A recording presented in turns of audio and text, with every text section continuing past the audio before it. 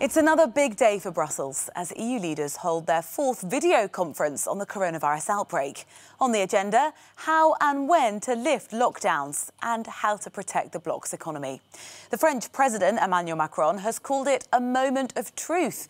Italy's Giuseppe Conte says a failure to unite could mean the end of the European project. Jack Parrock is in Brussels with a preview of today's discussions. EU leaders are heading back into their fourth video call summit tasked with continuing to build the bloc's response to the coronavirus crisis. Eurozone finance ministers already penned a €540 billion plan for economic recovery. The Netherlands, though, has flatly refused in previous meetings to accept special joint Eurozone loans branded Corona bonds. For the Italian government, these bonds were essential, but they're now moving their position and backing the Spanish government, which is bringing a new suggestion to this video summit, a €1.5 trillion fund anchored in the upcoming 7-year EU budget. The proposals that are on the table right now with the best chance of success are run through the European Commission.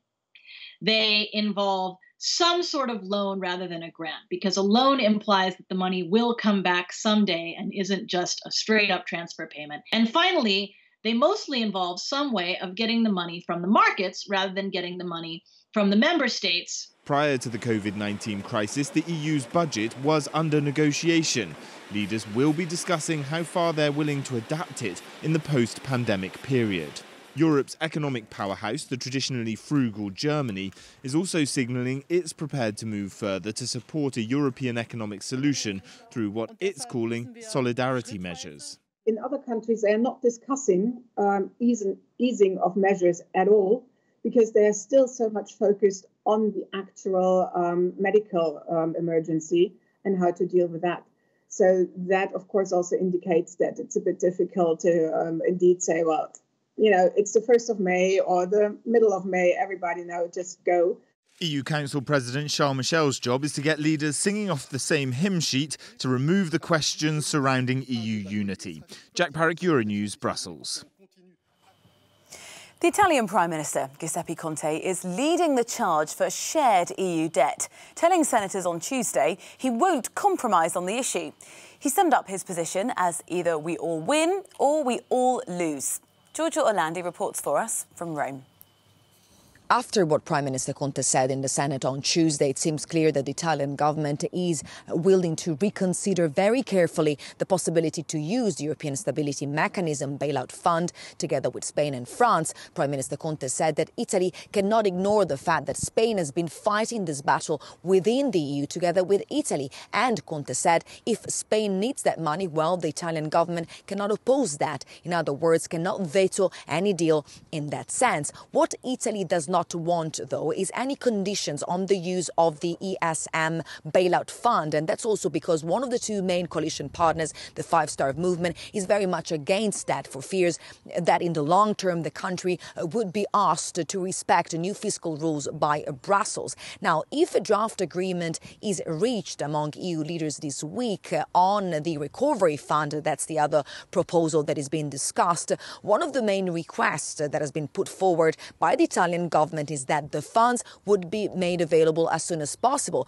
That's because Italy needs more funds to sustain measures to help the economy recover, and also because it has been estimated that the country's GDP could fall by 15% in the first half of the year as a consequence of the coronavirus outbreak.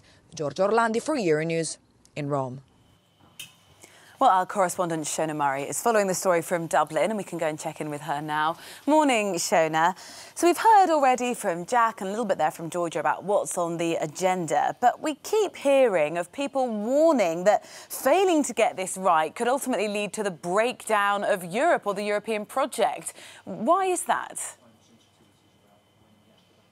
Well, first and foremost, Rosie, people have said for several years that the EU is, of course, a political project, and it's been guided by this fundamental principle of solidarity.